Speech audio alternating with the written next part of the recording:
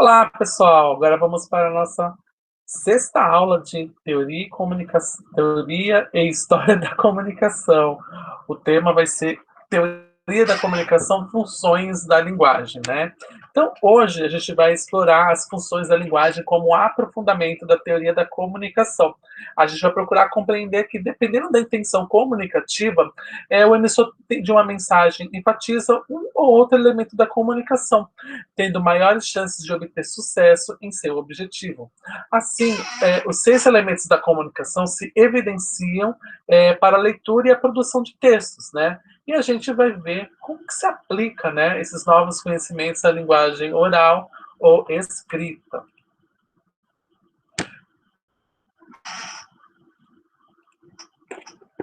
Vou abrir aqui para vocês um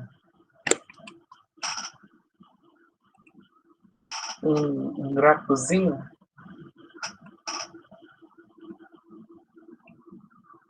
das funções da linguagem, né? Nós temos 6 funções de linguagem, né? Elas são a emotiva ou expressiva, né? Onde a emissão é feita pela primeira pessoa, por exemplo, é um artigo de opinião, né? Onde é o que eu acho, né? A outra função, que é a conativa ou apelativa, a ênfase é dada no receptor, ou seja, quem está recebendo a mensagem, aí pode ser uma propaganda. A poética, a ênfase está na mensagem, que pode ser um poema, né? Já a metalinguística, a ênfase no próprio código, ou seja, um termo no dicionário explica, né, o que é o significado de uma palavra, né? Então, ele está explicando algo que já estava se referindo, né? E o referencial, que é o contexto ou referente, né? Ou seja, é o que deu o motriz da comunicação, né? Que pode ser a notícia. E, por fim, a prática, onde a ênfase está no canal. Por exemplo, o contato inicial no telefone, alô, né? O câmbio e desligo, né? Dá, ele dá esse ênfase no canal, então ele é fático, né?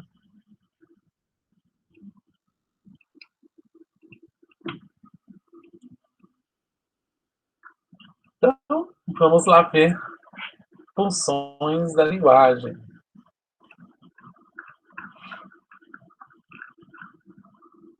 Então, a ideia é que no final dessa aula de hoje, a gente apresente os seguintes aprendizados, né? Que é escolher o elemento da comunicação enfatizado nos nossos textos, né? Distinguir as funções da linguagem e estabelecer a função preponderante em um texto associando a intenção do emissor, né? Então, a gente vai explorar as funções da linguagem como aprofundamento da teoria da comunicação. Assim, a gente tem que compreender que, dependendo da intenção comunicativa, o emissor de uma mensagem enfatiza um ou outro elemento da comunicação, tendo maiores chances de obter sucesso em seu objetivo. Então, os 6 elementos da comunicação se evidenciam para a leitura e a produção de textos, né? E a gente vai ver como é que se aplica esses novos conhecimentos na linguagem oral e escrita, né? A gente vai ver alguns exemplos deles, né? Então, é impossível falar sobre as funções da linguagem sem abordar os elementos da comunicação. Afinal, cada um deles dá origem a uma função linguística. Esses atos comunicativos, eles podem acontecer de maneira intuitiva ou com alguma intenção, seja ela explícita ou não. É, vou mostrar uma figura onde o Jacobson, né, o Romo Jacobson, elaborou um esquema para explicar como operam 6 fatores essenciais para que a comunicação se realize, né, os chamados elementos da comunicação.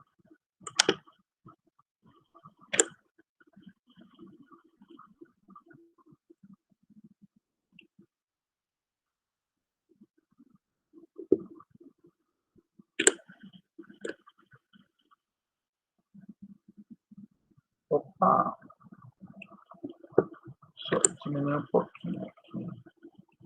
Agora sim. Então, aqui nós temos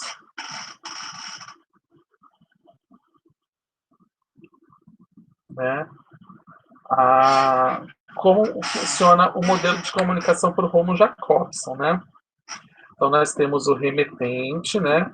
Que é quem está mandando a mensagem, que vai para o destinatário. Só que nesse meio, né, tem a comunicação propriamente dita, né? Então, o que ela é composta? Pelo contexto, pela mensagem, pelo contato e pelo código. A gente vai ver cada um deles, deixa eu ver cada um deles explicado cada parte por parte. Então, de acordo com o modelo, a mensagem ela precisa de um contexto, né? Ou seja, ela deve se referir a algo externo a ela mesma. Então, quanto ao contato, ela representa o canal físico que a mensagem circula e as ligações psicológicas entre o destinador e destinatário. Então, isso significa que ambos só percebem a mensagem porque dominam o mesmo código. Então, vamos ver, como eu falei, o que é cada um, né? O emissor, que é também conhecido como remetente, é quem emite a mensagem, né? Ele pode ser um indivíduo ou grupo, né, de pessoas, né? Não precisa ser só um, pode ser um emissor, serem várias pessoas, né? A mensagem é o objeto da comunicação e ela é constituída pelo conteúdo das informações, ou seja, o conteúdo que o emissor quer transmitir, né? A motriz da comunicação. Já o canal é a via de circulação da mensagem. Ela pode ser, por exemplo, por voz, ondas sonoras, uma folha de papel, um blog, um livro, por exemplo. Aqui o canal é o YouTube, é por meio da internet, né? Apesar de eu usar a minha voz e tudo mais. É o meio pelo qual a mensagem é transmitida. Ela pode ser por ar, né, ao falar, jornal, televisão, revista, internet, rádio, entre outros. Né? Já o código é um conjunto de regras, de signos e códigos utilizados para formar a mensagem. Então, para que a comunicação seja bem sucedida, é preciso que o receptor compreenda o código usado pelo emissor. Como exemplo de código, a gente pode considerar as letras, o idioma, né? Por exemplo, a forma que eu estou falando em português. Então, esse é o código, né? O código Morse, entre outros, né? Já o referente é constituído pelo contexto, pela situação e pelos objetos aos quais a mensagem está relacionada, né? Aqui a gente pode dizer que o contexto é uma aula, né? O contexto é uma aula sobre funções da linguagem. Né? E o destinatário é aquele que recebe a mensagem, também chamado de receptor, que pode ser uma pessoa ou grupo de pessoas. Né? Então, esse vídeo vai estar no YouTube, né? E está sendo feito para um grupo de pessoas específico, então o destinatário é um grupo de pessoas, só que é mais do que eu imagino que possa ser. Então, não é só uma pessoa, é mais do que uma pessoa. Né? Então, para Jacobson, cada um desses 6 fatores determina uma diferente função da linguagem, né, que a gente vai ver agora, né? Então, o Lev Jakubczynski, né, em 1916, ele propôs pela primeira vez uma teoria que diferenciava um sistema de linguagem prática de um sistema de linguagem poética, né? Um pouco mais tarde, em 1921, o Jacobson afirmou ser a poesia uma linguagem que se valia da função estética, né? No sentido autônomo da palavra sintonia, né? Já entre os anos de 1933 e 1934, ele identificou ainda na poesia a função poética da linguagem e se caracterizava com palavras e sintaxe que possuem pesos e valor próprios. Né?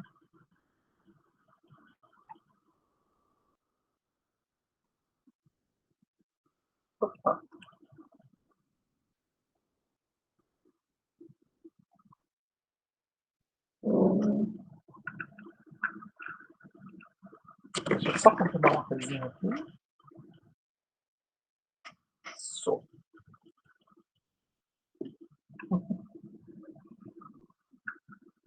Então, já em 1935, né, o Lev Jakubski, né, voltou a afirmar que o uso dominante da função poética da linguagem é da natureza da poesia, no sentido que a linguagem se apresenta orientada para o signo enquanto tal.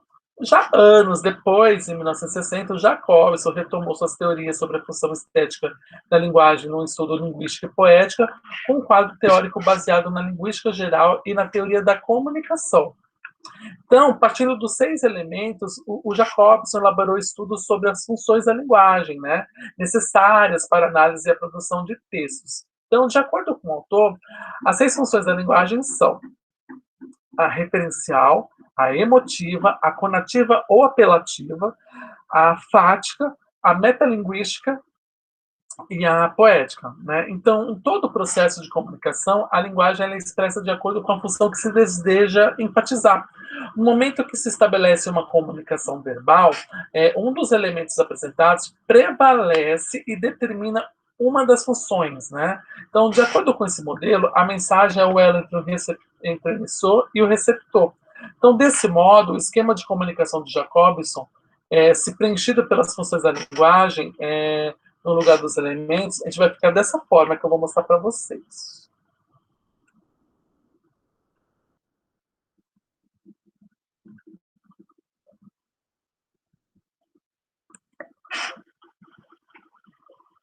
Aqui a gente já consegue ver, ó.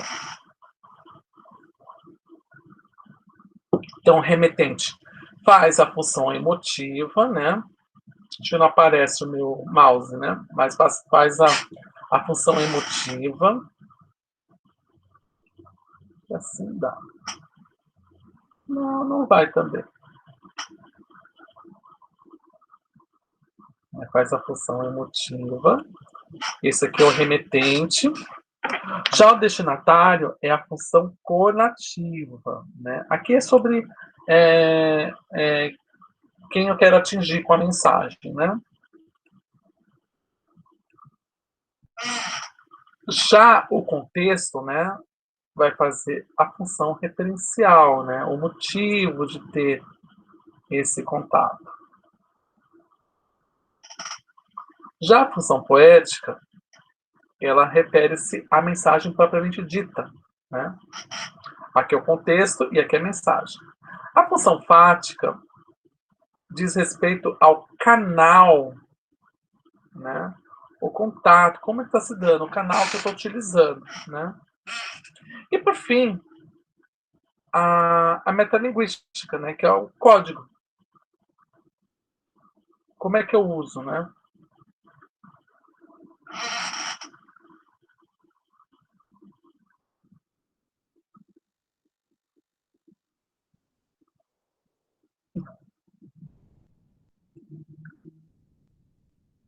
Então, ou seja,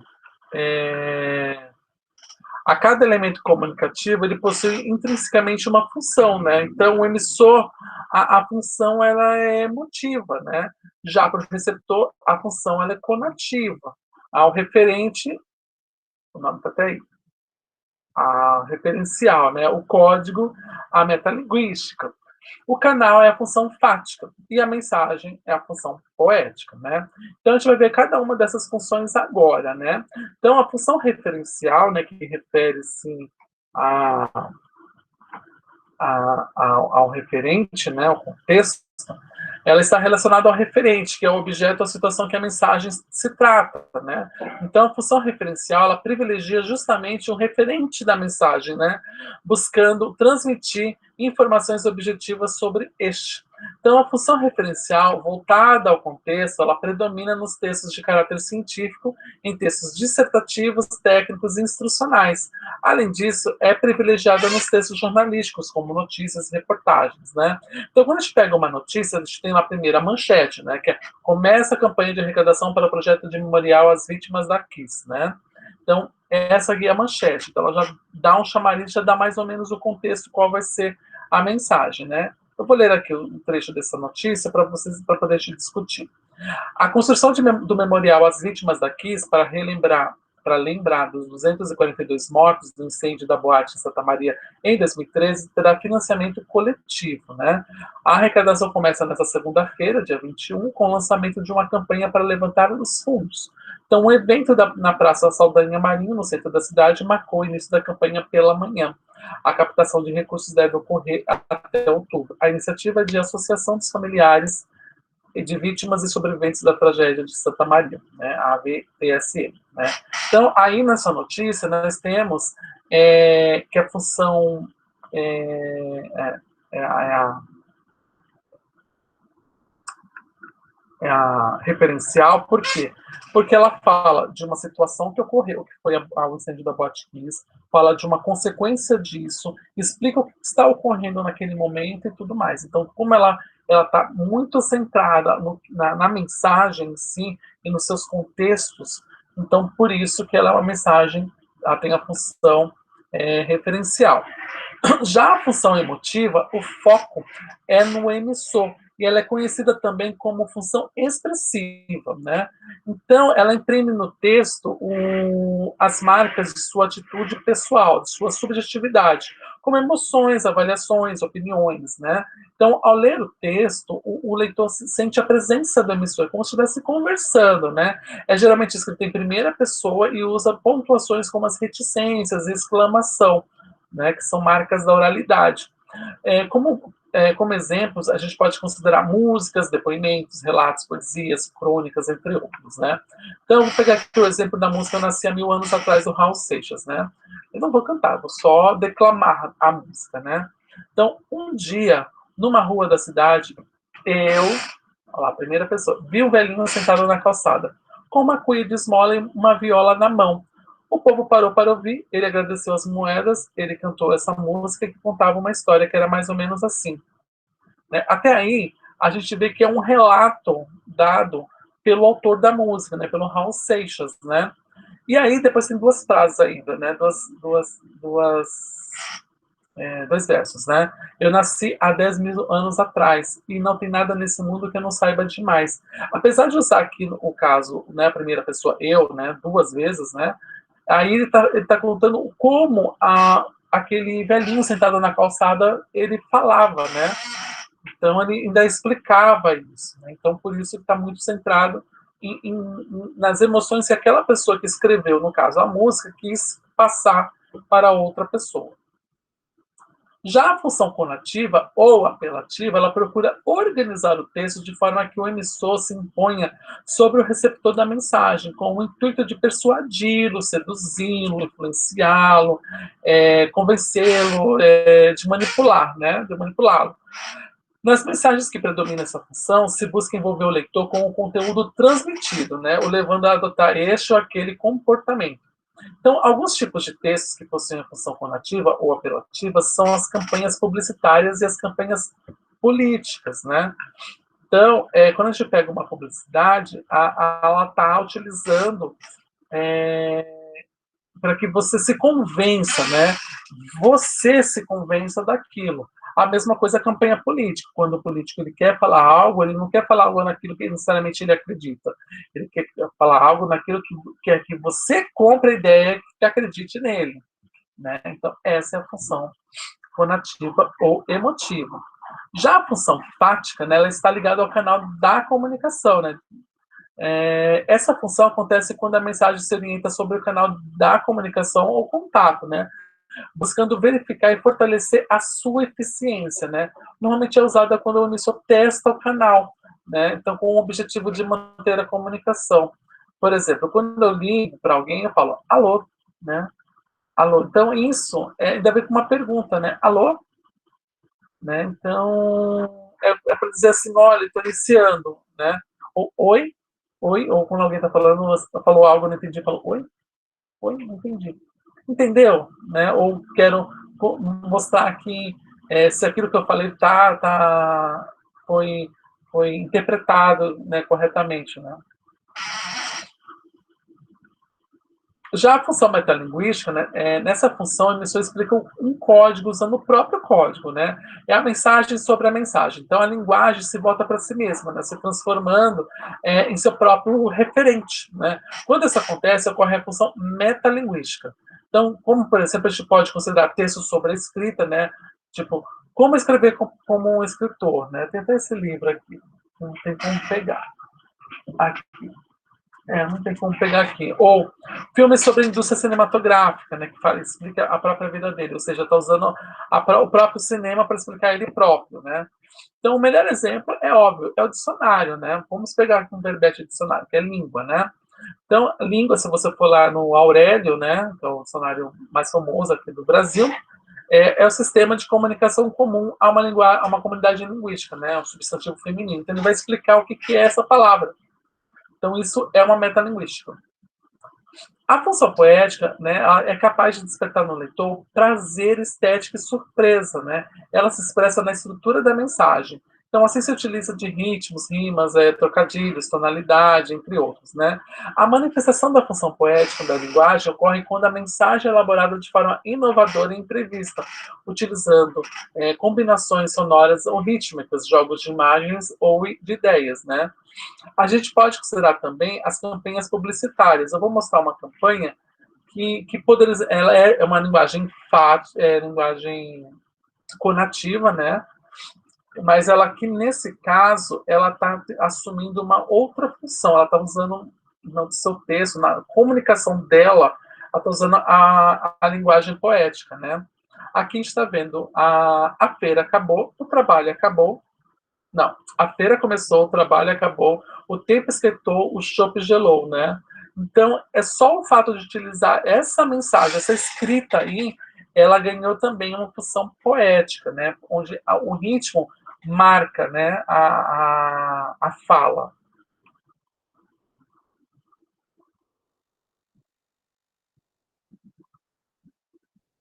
Então, mesmo que cada função esteja ligada a um elemento comunicativo, elas não são exploradas isoladamente. Então, de modo geral, ocorre a superposição de várias delas, né? O que acontece é que uma se sobressai, o que permite a identificação da finalidade principal do texto, né? Então, para saber mais sobre as funções da linguagem, tem um livro bem interessante chamado Do Texto ao Texto, né, Curso Prático de Leitura e Redação. Eu vou deixar, inclusive, na descrição do vídeo o nome desse livro para vocês.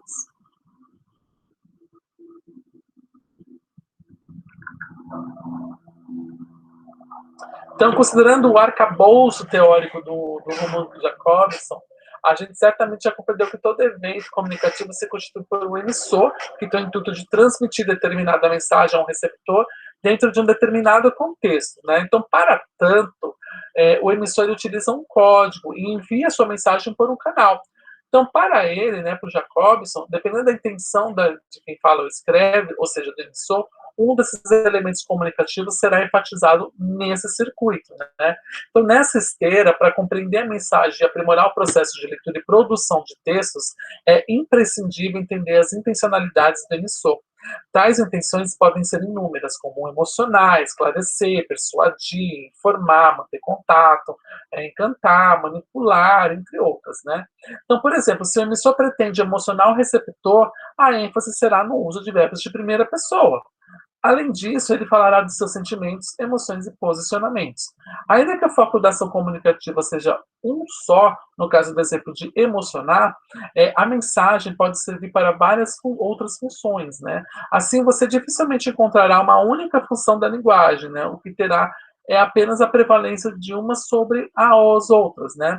O Charles Rube, né, sobre isso, ele diz que numa mesma mensagem, várias funções podem ocorrer, uma vez que, atualizando concretamente possibilidades de uso do código, se entrecruzam, né, diferentes níveis de linguagem. Né?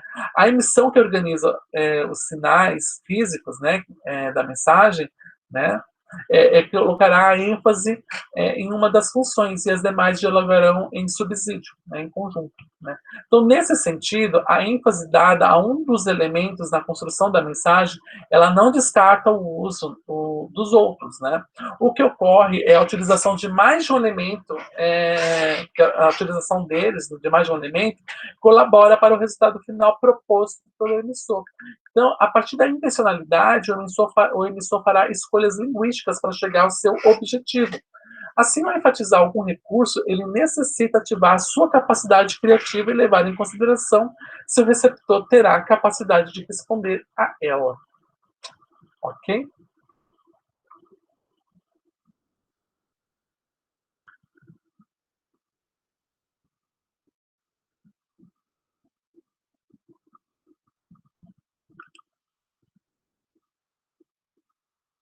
Deixa eu salvar aqui para vocês.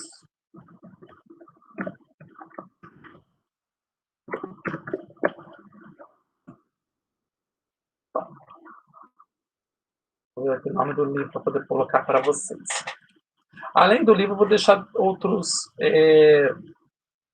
dois vídeos, mais um texto para vocês lerem, mas eu vou falar daqui a pouquinho. Então, a gente vai ver agora as especificidades de cada função do texto, né, com esse vídeo aqui preparado.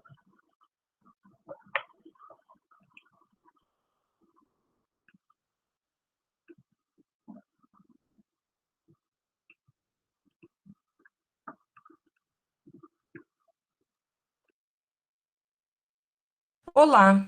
Vamos trabalhar agora a teoria da comunicação voltada especificamente para as funções da linguagem. O estudo das funções da linguagem é importante para que nós consigamos perceber ou escolher o melhor elemento a ser enfatizado dependendo da nossa intenção na produção de um texto, compreender o que são funções da linguagem e como utilizá-las. Além disso, aprender sobre as funções da linguagem nos auxilia a identificar a função preponderante em um determinado material quando vamos trabalhar com a leitura e a interpretação de texto. Muito bem. Como eu disse antes, dependendo da intenção de quem fala ou escreve, nós vamos enfatizar um elemento da comunicação. Os elementos são o emissor, o receptor, o código, a mensagem, o contexto e o canal. Então, dependendo do que eu quero atingir com aquele evento comunicativo, eu vou dar mais destaque a um desses elementos. E quando nós damos esse destaque ou ênfase, fazemos o que Jacobson chama de função da linguagem. Então vejamos cada uma dessas funções. Digamos que a minha intenção seja enfatizar o canal, dar ênfase ao meio pelo qual a minha mensagem vai ser transmitida. Se a minha intenção é enfatizar o canal, como por exemplo, quando eu atendo um telefone, eu vou dizer alô. Esse alô é para exatamente verificar se o telefone, que é o canal utilizado, está funcionando, se meu receptor está me escutando e se consegue me responder. Dizer alô é o mesmo que dizer: o canal está aberto, funcional e disponível para comunicação. A essa função damos o nome de função fática. A segunda função é a função referencial, e ela está centrada no referente ou no contexto. Ou seja, nos momentos em que eu necessitar enfatizar o que aconteceu, quando, onde, como.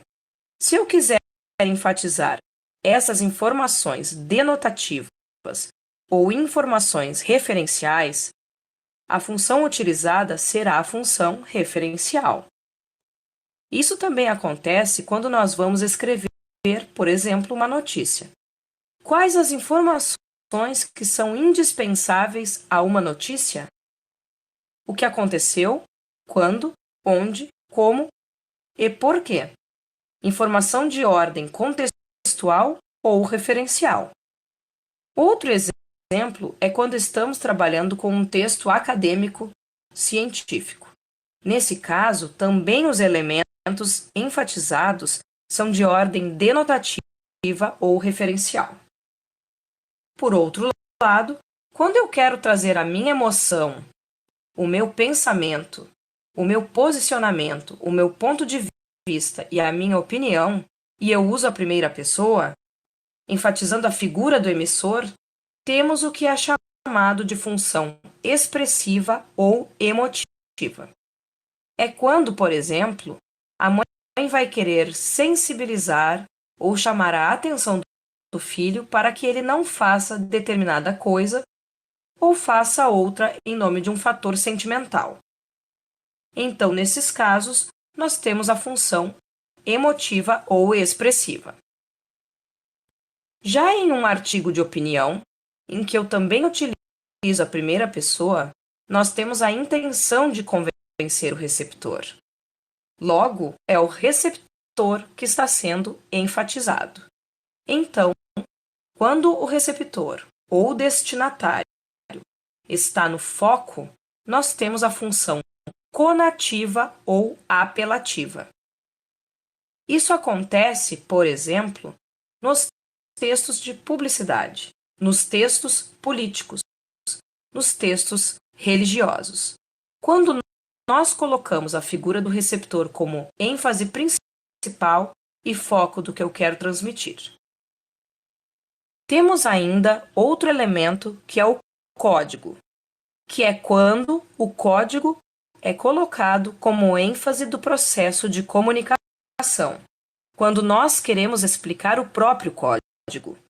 É o código explicando o código. Na linguagem do dicionário, por exemplo, nós temos um termo, um verbete, e nós temos ali quais são as acepções para aquele verbete. Isso configura o código como o elemento enfático naquele processo comunicativo. A essa função é dado o nome de função metalinguística. Temos, por último, a função poética. A função poética é aquela centrada na forma do texto, em sua composição ou estrutura, e em que o modo é o foco do processo de comunicação mais do que a mensagem em si. A maneira que a mensagem foi elaborada, produzida, composta, trazendo plurissignificados, recursos estilísticos linguísticos, literários, discursivos. Nesse momento, é o modo de produzir a mensagem que está na ênfase do trabalho de comunicação, e nós damos o nome de função poética a essa função da linguagem. Então, temos ao total 6 funções da linguagem para 6 elementos de comunicação. É importante nós frisarmos também que nem sempre nós vamos ter apenas um elemento na ênfase. É possível enfatizar 2 ou 3 elementos, mas sempre teremos aquele que, dependendo do meu objetivo principal, será mais destacado naquele processo. Bons estudos!